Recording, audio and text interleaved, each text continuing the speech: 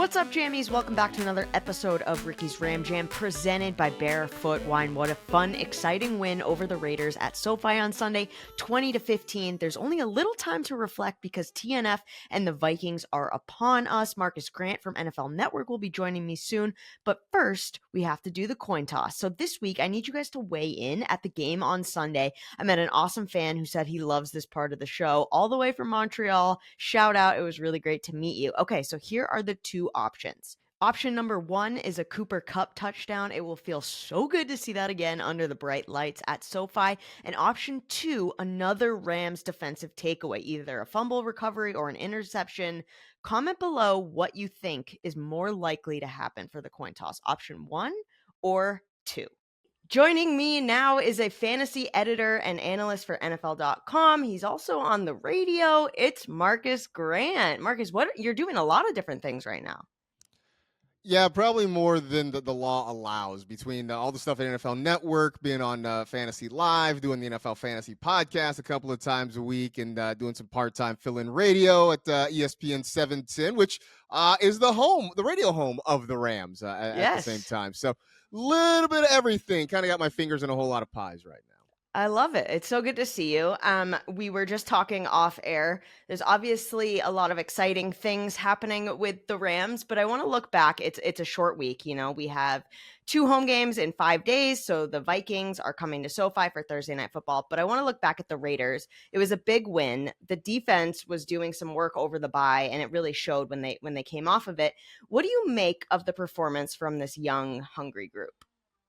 I think it was good, right? It was very encouraging because obviously this was a defense that was going to look very different. You lose Aaron Donald in the middle to retirement.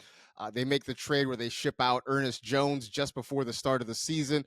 Those are 2 really big pieces right in the middle of the defense. And I think we saw the struggles of that group in the first few weeks of the season. But to see them get a win, and look, yeah, I think you have to sort of understand, right? This is not a Raider team that anybody thinks is going to be a longtime contender. But for a team like the Rams that's really trying to build some things on the defensive side of the football, I think you still take encouragement from what you saw from this group. So they went out, they held the Raiders down, they got a really big win. And the fact is, in the NFC West, it's still wide open. I mean, the 49ers have a slew of issues. The Cardinals, I think, are still sort of trying to figure themselves out. The Seahawks are in first place, but I couldn't tell you what the identity of the Seattle Seahawks is right now. So even sitting at 2-4, the Rams aren't out of this thing by a long shot right now. So to see what they saw from the defense, I think, guys, has to give them hope for what's to come. Yeah, 4 takeaways in week 7, which was great. So staying with that, first round pick, Jared Verse, career high 9 pressures on 36 pass rush versus the Raiders. How high is the ceiling on Jared Verse? I think it's very high on Jared Verse. And, you saw why the Rams liked him so much and brought him in. And so far, he has been fantastic for this team. In fact, Jared Verse and Braden Fisk, the 2 guys who played together at Florida State, were drafted by the Rams together. They are 1 and 2 in QB pressures among rookies. So I think that gives you hope for what this group can be, what this duo can be going forward. It takes more than one person to replace an Aaron Donald, right? Like nobody was going to step in and fill that gap for 99, but you do have the beginnings of something, because the thing we've seen in this NFL is it really does start up front. If you can get pressure on the quarterback, if you can make the quarterback uncomfortable, that helps you out so much on the back end, where you've got some youth in that secondary, right? So you can get pressure on the quarterback. It makes that job a lot easier. You don't have to cover for quite as long. It allows you to be maybe a little bit more aggressive as well. So I think the arrow very much pointing up on both Verse and Fisk. And hopefully what we saw this past week, you mentioned the 9 pressures, hopefully what we saw against the Raiders is those guys starting to figure out what they can do and how to sort of play the game in this league, and maybe they can build on that going forward. Yeah, Next Gen Stats tweeted out that through week 7, he's league leading in 23.6% pressure rate. And Chris Long, who I've always admired his game, quote tweeted it and said he's such a disruptor, love his game, power, lots of stutter off the ball, and lots of sitting tackles down to the edge, relentless. So I love to see that type of like pump up from someone who was such a, an esteemed pass rusher. And then Jalen McCullough, an undrafted free agent, has 3 interceptions in the last 2 games. How will he and the rest of this Rams secondary look to affect Sam Darnold and, Justin Jefferson coming and Jordan Addison? Yeah, I mean, for Darnold and Addison, a little bit of a homecoming, right? A couple of USC guys coming back to play in Los Angeles this week. I think for Darnold, it's again, we going back to Verse and Fisk and those guys up front. It is getting him under pressure. This is a guy who, generally speaking, has done really well against man defenses. But we've seen teams sort of switch things up and make life difficult for them. You got to get Sam Darnold under pressure. You can't let him have a clean pocket. I think with Justin Jefferson, it's sort of understanding that he's going to get his. You just have to limit the big plays. You can't allow the big plays over the top of the defense. You've got to try to keep everything in front of you. He's going to get his catches. That's just who he is. You're talking about arguably the best receiver in the league right now. So it's just sort of limiting the damage after the catch. I think the same thing for Jordan Addison because he's proven that he can stretch the defense. He can get downfield. Darnold is not afraid to take those shots over the top of him. So for the Rams, you just don't want to let anybody get behind you, understanding that this is an offense that's going to move the ball. Darnold playing some of the best football of his career right now, and he's at least being talked about as an MVP candidate. We'll see how long it lasts, but that's how well he's playing right now. So for the Rams, it really is just about sort of limiting the damage, forcing the Vikings to have to go long drives down the field, preventing big plays as much as possible. I know it's a cliche, but limit them to threes instead of sevens. And that gives you a chance for your offense to come back the other way and try to win. Sam Darnold, 12 touchdowns, 5 interceptions this season. Hopefully we're adding some more to that list come Thursday. Cooper Kupp expected to play Thursday. How much of a boost does he provide to this Rams offense? Oh, it's huge, right? I mean, you've seen over the years the connection that he and Matt Stafford have and how well they work together. And I give Matthew Stafford all the credit in the world because statistically it might not be showing, but that man is playing his butt off this year for this team. I mean, he's going out and he's playing the quarterback position, I think, as well as can be expected under the circumstances that he's given, right? Having lost Puka Nacua and lost Cooper Kupp for an extended stretch and really trying to make it work. The fact that Tutu Atwell's going out and having some nice games, that he's trying to sort of make it work with Jordan Whittington and guys like that. I think Matthew Stafford has played some really good football this season. He just hasn't had the type of weapons he's used to having there. But getting Cooper Kupp back means that he can do that. He's got that guy that, when things start to break down and he's in trouble, he can sort of go look around and say, you know what, bleep it. Cooper's out there somewhere, and he'll find him and he'll try to make a play for him. So I think that's a big boost to the confidence of Stafford and this offense. And on top of it, because you've got Kupp back potentially, that means that if you're the Vikings defense, you cannot, you've got to dedicate some extra resources there. And so hopefully that makes things a little bit easier for the rest of those guys catching the football. Yeah, and Tuesday morning, the Rams designated Puka to return to his 21-day practice window, which is very exciting for Rams fans across the league. And it will be so great to see him back out on the field and to give Stafford those weapons. Rams fans and fantasy owners are rejoicing about number 23 in Horns, 9 straight games with a rushing touchdown. Why is Kyren a must start in fantasy football? Because he's got 9 straight games with a touchdown.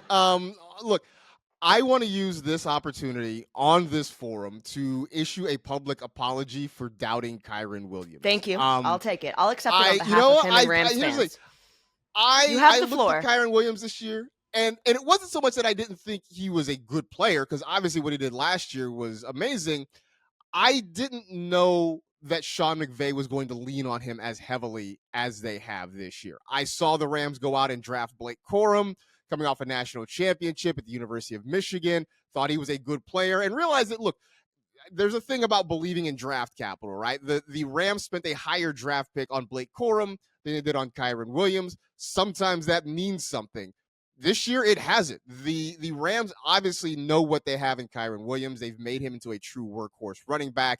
I think every time somebody out there, whether it's in the real NFL or in the fantasy community, throws any kind of doubt as to what Kyren Williams can be, he goes out the next week and reminds us exactly why he is getting the kind of opportunities that he has. But the fact that he does everything, I mean, he's incredibly efficient running the football. He's got a great nose for the end zone. I mean, there were times last year and even earlier this year where nothing was working for the Rams, but Kyren Williams was working for the Rams, and so he's been fantastic. I apologize for ever doubting. I no longer doubt. I believe Kyren Williams truly is him. And it really has been a joy to kind of watch him play over the last couple of years, and I look forward to kind of seeing it again for the next year or however much longer the Rams want to ride him. Absolutely. I'll let him know that you apologized because I'll tell him Please firsthand. do. So I will. Don't worry. We have a big TNF game obviously coming up, and the Dodgers are in the World Series beginning Friday. As you're a huge baseball guy. Who on the Dodgers do you think could make an impact for one snap if they were playing for the Rams, and what position do you think they would be playing? So I will give you a couple of guys. First one, the easy answer for me is Mookie Betts, just because Mookie is good at everything. Yes. I mean, this is a guy who spent most of his career as an outfielder. The start of this year, the Dodgers were like, "Hey, we want you to try shortstop," and so he's like, "Bet," and he went out and he, was sort of a work in progress defensively at Betts. shortstop, but still was hitting the ball great and was getting better at shortstop. This is a guy who has bowled 300 games. Like he's great as a bowler. He's just an amazing athlete, and I think that you could put him in the backfield or maybe as a slot receiver, and he would find a way to get open and get you a big catch and a first down. The other guy I would say is Michael Kopech, is maybe a tight end coming out of the bullpen. Big, strong guy, kind of intimidating. He's got the big beard. Like Michael Kopech, if you saw him walking around Silver Lake, you wouldn't look twice at him because he completely fits that vibe over there. But just a big, sort of intimidating guy on the mound. I think as a tight end, either I don't know if he catches the ball well, but maybe in the run game he could just open up some holes or set the edge and help Kyren get to the outside. I think Kopech would be a nice pick for one play. I love that. Mookie Betts came down to training camp this year as well. So who knows? Let's start those trade rumors. Maybe after a World Series win, the Rams are going to go on a huge run. Maybe we get a little cross, pollination here with the LA sports. I mean, hey, look, I don't know if you've heard this, Ricky, but Matthew Stafford and Clayton Kershaw, they're friends. They know each other. Oh, really? I've never heard that before. That's crazy. I'm the first person to ever make this connection. Yeah. Yeah. Also, on the flip side, like I feel like Matthew Stafford is good at everything too. So I feel like you could put him maybe at like a third base, and just with that arm strength, to get it to first, and his hand-eye coordination, like such a legend. All right, let's do the Ram Jam before I let you go. Each show, I ask my guests the same 3 questions. So describe your perfect day, start to finish. Ooh, my perfect day would be, let's see, waking up in the morning, having a nice cup of coffee, and kind of a nice breakfast with the family, and then I would actually go into downtown Los Angeles. One of my favorite spots in the city is the Last Bookstore. Right in downtown, kind of perusing the bookstore, maybe grabbing a couple comic books. They have a record section, maybe picking up some vinyl.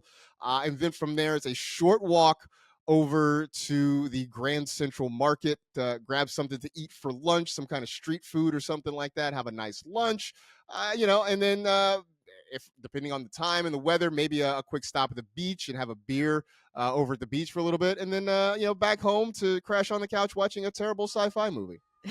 I love that. It sounds like an amazing day. Which celebrity would you like to switch lives for one day, and why? Ooh. Um I would if switch I would probably say Donald Glover / Childish Gambino. I think he's just incredibly talented in so many different areas, whether he's a writer, performer, actor, musician, what have you. I just think he's incredibly creative. I also just think his mind works a little bit differently than a lot of other people. So like just for a day, just to kind of see what it's like to be Childish Gambino, I think would be kind of fun. I love that. Iced coffee on a snowy day or a hot coffee in a heat wave? Um I would probably go with an iced coffee on a snowy day. But my logic being, I enjoy eating ice cream in the middle of December when it's cold. I mean, I know that LA cold is different than like Right. real people cold in other parts of the country. But sometimes it's chilly, and I was like, what, a nice big bowl of ice cream and curling up under a blanket seems like a good idea. So we'll go iced coffee on a snowy day. I love that. Marcus, thank you so much for your insight as always, and it's so good to see you. You as well, Ricky. I appreciate you having me on, and looking forward to Thursday night. Should be a lot of fun.